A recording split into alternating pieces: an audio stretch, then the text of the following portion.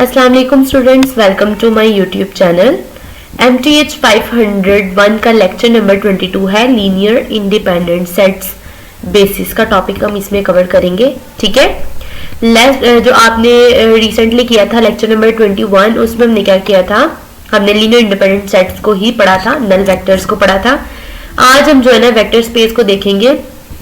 आपको मैंने कॉन्सेप्ट दिया था कि वेक्टर स्पेस होता क्या है। वेक्टर स्पेस में आपके पास होता है आर्बिट्री नॉन एम्प्टी सेट, कहते हैं let V be an arbitrary non empty set. ठीक है, तो इसमें क्या होता है कि सेट ऑफ ऑब्जेक्ट्स जो होते हैं ना, इसमें दो तरह के ऑपरेशंस उन पर परफॉर्म हो सकते हैं। कहते हैं ना on which two operations are defined, एक है एडिशन का ऑपरेशन और दूसरा है मल्टीप्लिकेशन का। ठीक है, स्केलर्स के। ठीक है, देखिए कहते हैं आपके पास जो है ना वेक्टर स्पेस में होने के लिए एक्सियम्स क्या है। बेसिकली आपके पास ये 10 एक्सियम्स हैं, ये हमने पीछे जो है ना उनकी प्रॉपर्टीज देखी थी। प्लस आप इसको बस रिव्यू जो है ना इसका थोड़ा सा ले लें। u प्लस वी जो है, ये दो आपके पास v के वेक्टर्स हैं, ये v में होने चाहिए वेक्टर्स वेक्टर स्पेस में। इनको ऐड कर ले, u प्लस वी करेंगे v प्लस यू, ये दोनों इक्वल आनी चाहिए वैल्यू। इस तरह से एसोसिएटिव प्रॉपर्टी है नेक्स्ट। ठीक है, यानी u plus V plus w है, तो पहले जिनके नजदीक ब्रैकेट्स हैं उनको पहले सॉल्व करें और नेक्स्ट फिर जो है जिनमें ब्रैकेट्स हैं उनको करें और इनका आंसर सेम आना चाहिए। ठीक है, there exist a zero vector such that, कहते हैं कि जीरो वेक्टर अगर एग्जिस्ट करता है तो कैसे कि आप जीरो में कुछ भी ऐड करें या किसी भी चीज में जीरो ऐड करें तो आंसर आपके पास जो है ना वो रियल वैल्यू ही आनी चाहिए। ठीक है, वही जो वो है। ठीक है, ये बस आपने प्रॉपर्टीज उनको देख लेना, इनको बस रीड कर लेना है। बाकी ये एमसीक्यूज में आ सकती है, अदरवाइज ये जो है ना नहीं आएंगी। ठीक है, बस आपने इसको अच्छे से कर लेना, एक दफा देख लेना। नेक्स्ट देखिए डेफिनेशन आपके पास है सबसेट W। सबसेट बेसिकली क्या होता है, लेट्स सपोज आपके पास एक बड़ा सेट है V। अब उस सेट में जो है ना आपके पास क्या है, 1 से लेकर 10 तक वैल्यूज हैं। ठीक है, एक वेक्टर है V, मैं कह रही हूँ आप A कह लें। एक वेक्टर है सॉरी आपके पास सेट है, उस सेट में आपके पास 1 से लेकर 10 तक काउंटिंग है। अब जो B है ना, B एक और सेट ले, लेकिन उसमें आप जो है ना 1 से लेके 2 तक ले लें, 1 2 3 ले लें, या फिर उसमें से कोई भी ऑब्जेक्ट जो है ना सेट्स ले लें, 3 4 5 ले लें। अच्छा, अब ये जो है ना, ये जो है ना होंगे ना आपके पास जो सेट B है वो सेट A का सबसेट होगा। क्यों? उसमें जो है ना बेसिकली थोड़ा सा हिस्सा है पहले सेट का। ठीक है, सब का मतलब होता है पार्ट। ठीक है, तो इस तरह से इनको सब सेट्स कहते हैं। ठीक है, तो कहते हैं कि इसमें क्या हो आपके पास, अगर सबसेट W है वेक्टर स्पेस V का, तो उसको हम सब स्पेस कब कहेंगे, अगर V जो है ना उसमें W जो है ना वो भी हो। ठीक है, V if W itself is a vector space। W पहली बात एक वेक्टर स्पेस होना चाहिए और वो दोनों ऑपरेशन परफॉर्म कर सके, एक एडिशन का और दूसरा मल्टीप्लिकेशन का भी। ठीक है, नेक्स्ट देखिए क्या है आपके पास, if W is a set of one or more vectors from a vector space V।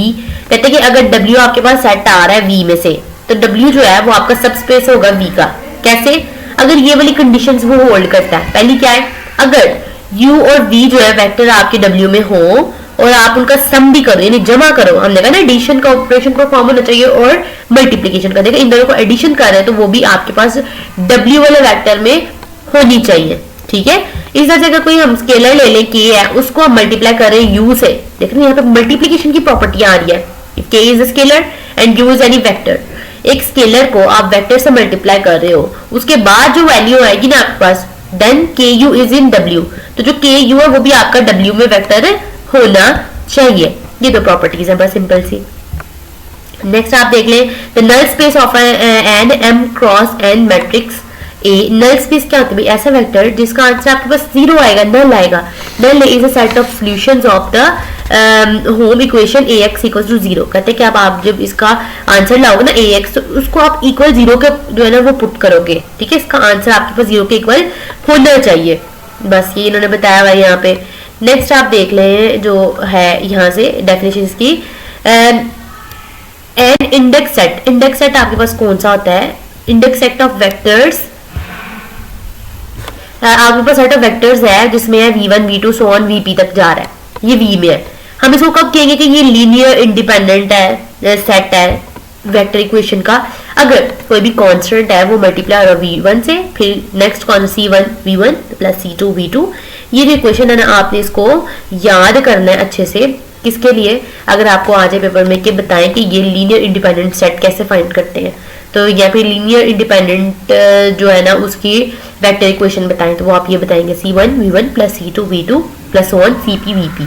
ठीक है, नेक्स्ट आ जाए, ये सारी थ्योरी है, बस आपने इसको एक दफा रीड कर लेना है, ऐसे कुछ भी नहीं है। अब देखिए यहाँ पे एग्जांपल है लीनियर इंडिपेंडेंट सेट की, आपके पास V1 का वेक्टर दे दिया हुआ है, V2 एंड V3 गिवन है। अब आपने क्या कहते हैं कि let there exist scalar C1 C2 and C3। हमने लीनियर इंडिपेंडेंट फाइंड करना है, V1 V2 V3 तो दे दिया है, C1 C2 एंड C3 नहीं दिया। अब C1 C2 C3 आपने खुद फाइंड करना है, उसके लिए आप लेट कर लें कि C1 C2 एंड C3 जो है ना आपके पास स्केलर्स है। अब इसके लिए आपको ये वाली इक्वेशन जो है ना, आपने वेक्टर की इक्वेशन जो है ना वो अप्लाई करनी है, ताकि आपके पास इसका आंसर जो है ना वो आ सके। ठीक है, तो आपने क्या किया, C1 लिया, उसको V1 वाले वेक्टर से मल्टीप्लाई किया, प्लस C2 लिखा, फिर V2 वाला वेक्टर प्लस C3 और V3 का वेक्टर, फिर C1 को वैल्यू से मल्टीप्लाई करते जाए एलिमेंट से, यहाँ पे -2 C1 एंड C1, उसके बाद यहाँ पे C2 को मल्टीप्लाई करें ये वेक्टर से और C3 को मल्टीप्लाई वेक्टर से करें। लास्ट में आपने इन सारी इक्वेशन को ये कि -2 C1 plus 2 C2 equal to 0 रखे। ठीक है, ये सारी इक्वेशंस को इक्वल 0 के रखे। ठीक है, 0 के इक्वल रख के फिर आप C1 की वैल्यू फाइंड करनी आती है आपको। फाइंड कैसे फाइंड करते हैं, आप इक्वेशंस को ले, एक की वैल्यू निकाल के दूसरे में पुट करें। जैसे आपके पास है C1 plus C2 equal to 0, यहाँ से आप ऐसा कर सकते हैं C1 को यहीं पे रखें और C2 को दूसरी साइड पे ले जाएं, ये -C2 हो जाएगा। अब जहाँ पे यहाँ पे C1 है ना, उसकी जगह आप -C2 पुट करें, यहाँ से आपके पास जो आंसर आएगा उसको C2 का आंसर आ जाएगा। इस तरह से इक्वेशंस को मल्टीप्लाई परफॉर्म करके ये इन्होंने करके भी बताया हुआ है, इन्होंने अपने तरीके से किया। अगर आपको आता है तो आप अपने तरीके से कर सकते हैं, बिल्कुल ठीक होगा। सिर्फ आपने C1 C2 एंड C3 की वैल्यूज फाइंड करनी है। यहाँ पे देखिए C1 की वैल्यू भी 0 आई है, 2 की भी और C3 की भी वैल्यू 0। इट मीन्स कि स्केलर की वैल्यूज 0 के इक्वल आ रही है, ऑल 0 है। तो the system has trivial solution. तो सिस्टम का आपके पास ट्रिवियल सॉल्यूशन है। ट्रिवियल सॉल्यूशन कब होते हैं, जब आपके पास इक्वेशन में आंसर्स में 0 आ रहे हो। ठीक है, अब C1 C2 C3 0 होंगे तो इसका मतलब है ये V1 V2 V3 से जब मल्टीप्लाई होंगे इक्वेशन में तो वो सारे के सारे को भी 0 कर देंगे। ठीक है, नेक्स्ट आपने एग्जांपल भी पढ़ लेनी है लीनियर इंडिपेंडेंट सेट की। आपको V1 V2 and V3 given किया हो और साथ एक सेट भी दे दिया, बस में V1 V2 V3 आ रहे हैं। लीनियर इंडिपेंडेंट ये कब होगा, जब इसके साथ C1 होगा। ये देखो ये 3 है ना, ये C1 है, V1 की वैल्यू प्लस ये जो V2 है ना इसके साथ 1 है, C2 V2 और ये V3 के साथ भी 1 है, तो ये आपके पास एक लीनियर इंडिपेंडेंट का सेट बन रहा है। ठीक है, बस ये चीज़ आपने बतानी है। नेक्स्ट आ जाए, आपको मैं बस वो चीज़ें बता रही हूँ जो इंपॉर्टेंट है, जो आ सकती हैं। ठीक है, बाकी जो मैं स्किप कर रही हूँ आप भी स्किप कर सकते हैं। यूजफुल रिजल्ट्स देख लें। A set containing the zero vector is linear independent. जो लीनियर इंडिपेंडेंट वेक्टर होगा ना उसमें आपके पास सेट में 0 जरूर होगा, 0 वेक्टर। नेक्स्ट देखिए, अ set of 2 vectors is linear independent. 2 vector हैं और वो लीनियर इंडिपेंडेंट कब होंगे, जब if one is multiple of the other. जो एक है ना वो दूसरे का मल्टीपल हो। मल्टीपल क्या है, मतलब कि अगर पहले में आ रहा है ना 3 आ रहा है आपके पास एक वेक्टर है 3 6 एंड 9 और दूसरे वाला वेक्टर जो है ना वो आपके पास ऐसा होना चाहिए कि जिसमें ये 3 6 एंड 9 आ रहे हो, ये 3 के मल्टीपल्स होंगे। ठीक है, नेक्स्ट देखिए, a set containing one non zero vector is linearly independent. अगर कहते हैं आपके पास सेट है और वो नॉन जीरो वेक्टर का है और वो लीनियर इंडिपेंडेंट कैसे होगा, फिर कहते हैं आप कंसीडर कर ले सेट कर रहा है contain one non zero vector. Non zero मतलब जिसमें 0 नहीं है, एक वेक्टर है V1 और एक है कहते हैं सो V1 is linear independent. Linear independent कब होगा, जब जो V1 है ना वो इक्वल 0 के नहीं है। ठीक है, सेट आपके पास जो है वो नॉन जीरो है और वो लीनियर इंडिपेंडेंट कब होगा, कि जब उसका आंसर 0 के इक्वल ना आए। ठीक है, set of 2 vectors is linear independent if and only if, अगर जो वेक्टर एक है वो मल्टीपल हो दूसरे का। देखिए लीनियर इंडिपेंडेंट की कंडीशन क्या है, या तो वो 0 के इक्वल भी ना हो और वो मल्टीपल भी हो अपने जैसे दूसरे वेक्टर का। ठीक है, ये बस मैं बता रही हूँ, ये एक्टिविटीज आपको दी है। नेक्स्ट आपने इनको रीड आउट कर लेना है, सिंपल। ठीक है, नेक्स्ट आ जाए। नेक्स्ट क्या है जो आपको करना चाहिए, आपके पेपर में आ सकता है। बस ये जो इसका कॉन्सेप्ट था ना, ये लीनियर इंडिपेंडेंट सेट का, आपने इसको क्लियर रखना है। बाकी एग्जांपल्स दी हुई हैं और इन एग्जांपल्स के थ्रू जो है ना आपने देख लेना है। बेसिस वेक्टर दिया हुआ है, ये देखिए सेट आपको वेक्टर्स दे दिए हुए हैं, एक 1 एलिमेंट है, सब में एक एक एलिमेंट है, तो आपने इसको वेरीफाई करना है। भाई ना C1 ये V1 है, V2 V3 और V4 है, इनको ले C1 V1 V2 V3। ठीक है, यहाँ से आपके पास C1 आ जाएगा, यहाँ से C2 C3 and C4। It means कि ये सारे के सारे वेक्टर्स हैं वो 0 के इक्वल आ रहे हैं, तो ये आपके पास लीनियरली इंडिपेंडेंट बन जाएगा और साथ ये नॉन ट्रिवियल भी होगा, ट्रिवियल सोल्यूशन भी कहलाएगा। ठीक है, बस ऐसे ही आपने इसको बस रीड कर लेना है। इसके पेपर में आपने परेशानी हो ना, जो लंबी डेफिनेशन वो होती है ना, तो आपका जो पेपर होता है ना उसमें वो लेंथी क्वेश्चंस बिल्कुल भी नहीं डालते, बस आपको शॉर्ट क्वेश्चंस के तौर पे जो छोटे छोटे सवाल है ना, छोटे छोटे एग्जांपल्स हैं, उनको देखिए, इतनी बड़ी बड़ी एग्जांपल्स को देखने की ज़रूरत नहीं है, ठीक है। वो बस वो चीज़ें डालते हैं जो टाइम के साथ मैनेज हो जाए, ये तो अमूमन ये पेपर जो है इतना लेंथी होता है कि रह भी जाती हैं कुछ चीज़ें। तो आपने देखना जो छोटी छोटी चीज़ें, छोटी छोटी एग्जांपल्स हैं, उनको करें, उसी से आपके जो है ना पेपर में शॉर्ट एंड लॉन्ग अटेम्प्ट हो जाएंगे।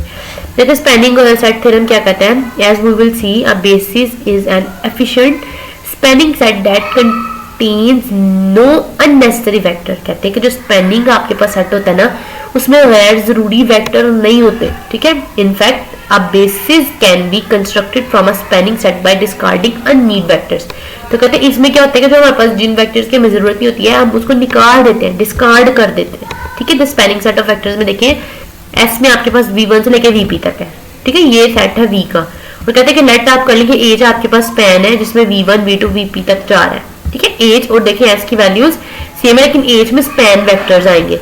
तो कहते हैं if one of the vector in S say vk is the linear combination of the remaining vector in S। कहते हैं कि अगर आपके पास स्पैनिंग सेट है और जो आपके पास दूसरा वेक्टर है उनमें आपने ये करना है, जो एक्स्ट्रा आपके पास वेक्टर है आप उसको रिमूव कर रहे हो, माइनस कर रहे हो कॉम्बिनेशन को, जो बाकी बच जाएगा ना रिमेनिंग वेक्टर वो आपके पास होगा स्पैनिंग सेट, ठीक है।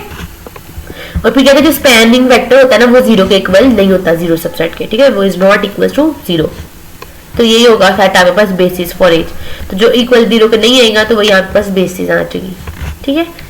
नेक्स्ट देखिए आपके पास क्या है, ये भी आपके पास एग्जांपल है कि लेट अगर आपके पास स्पैन वेक्टर है v1 v2 v3 से v5 तक है, ठीक है। तो कहते हैं कि आपके पास अगर v1 v2 v3 and v4 and v5 given है वैल्यूज इनकी, तो फाइंड हमने क्या करना है, subset of s that is basis for w equals to span s। हमने स्पैन s फाइंड करना है यहाँ से, ठीक है, ये चीज। तो क्या करेंगे c1 v1 c1 क्या v1 plus c2 v2 c3 v3। अब ये सारी की सारी इक्वेशंस को हमने जीरो के इक्वल रख लिया, यहाँ से आपके पास इक्वेशन के इक्वल जीरो आ गई। फिर आपने क्या करना है, जो कांस्टेंट के साथ वैल्यूज थी ना उनको आपने लिखना है, यहाँ से 1 आ गया, ठीक है। c1 c2 c3 c4 and c5 की जो वैल्यूज है ना जो गिवन है उनको आपने लिखा, आपके पास बना एक मैट्रिक्स। इस मैट्रिक्स में आपने ये जो जीरो है ना ये भी पुट करने हैं, ये वाले जीरो जो ना आपको नजर आ रहे हैं इनकी वैल्यूज को भी आपने जीरो के इक्वल रखना है इक्वेशन को, तो फिर वो भी आपने शो करना है, ठीक है। यहाँ पे ये आगे वेक्टर फिर क्या करना है, कहते हैं कि लीडिंग वन जो अपीयर हो रहा है ना उसके नीचे जो कॉलम है 1 and 2 v1 and v2 basis for w। अब देखिए 1 के नीचे जो लीडिंग 1 है उसके नीचे सारी वैल्यू जीरो है, और आपके पास नेक्स्ट क्या होता है, नेक्स्ट में जो पिवोट वैल्यू होती है उसके नीचे वाली वैल्यू जीरो होना चाहिए।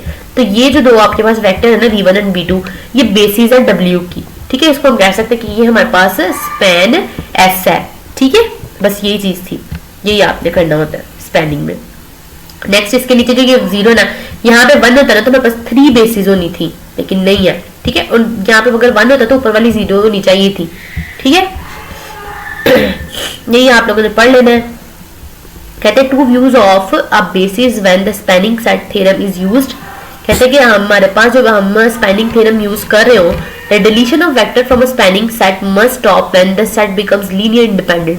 कहते हैं कि अगर आपके पास जो सेट है वो लीनियर इंडिपेंडेंट बन जाता है तो आप जो है ना वो डिलीशन को स्टॉप कर सकते हैं, ठीक है। और लीनियर इंडिपेंडेंट कैसे बनता है, जब लीनियर इंडिपेंडेंट होता है आपके पास ax इक्वल्स टू 0, ठीक है।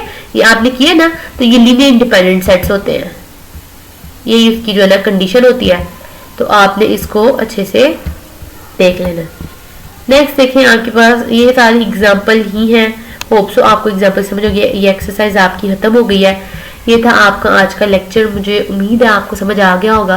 वैसे लेक्चर नंबर 22 भी आपका इतना इंपॉर्टेंट नहीं है, बस इसमें ये जो थोड़ी थोड़ी चीज़ें ना आपने इनको देख लेना है, जो मैंने बता दी है, जो मैंने एग्जाम्पल्स करवा दिए, बस आप उनको देख लें तो इंशाल्लाह आपका पेपर जो है ना वो बहुत अच्छे से होगा। नेक्स्ट आपका जो है ये मिड टर्म तक सिलेबस 22 होते हैं आपके लेक्चर, और नेक्स्ट 23 से लेके 45 तक आपका फाइनल का होगा। तो हमारे चैनल को लाइक करना ना भूलें, सब्सक्राइब करें, अपने फ्रेंड्स के साथ शेयर करें, और मिलते हैं अपनी अगली वीडियो में फाइनल टर्म के साथ। तब तक के लिए अल्लाह हाफिज।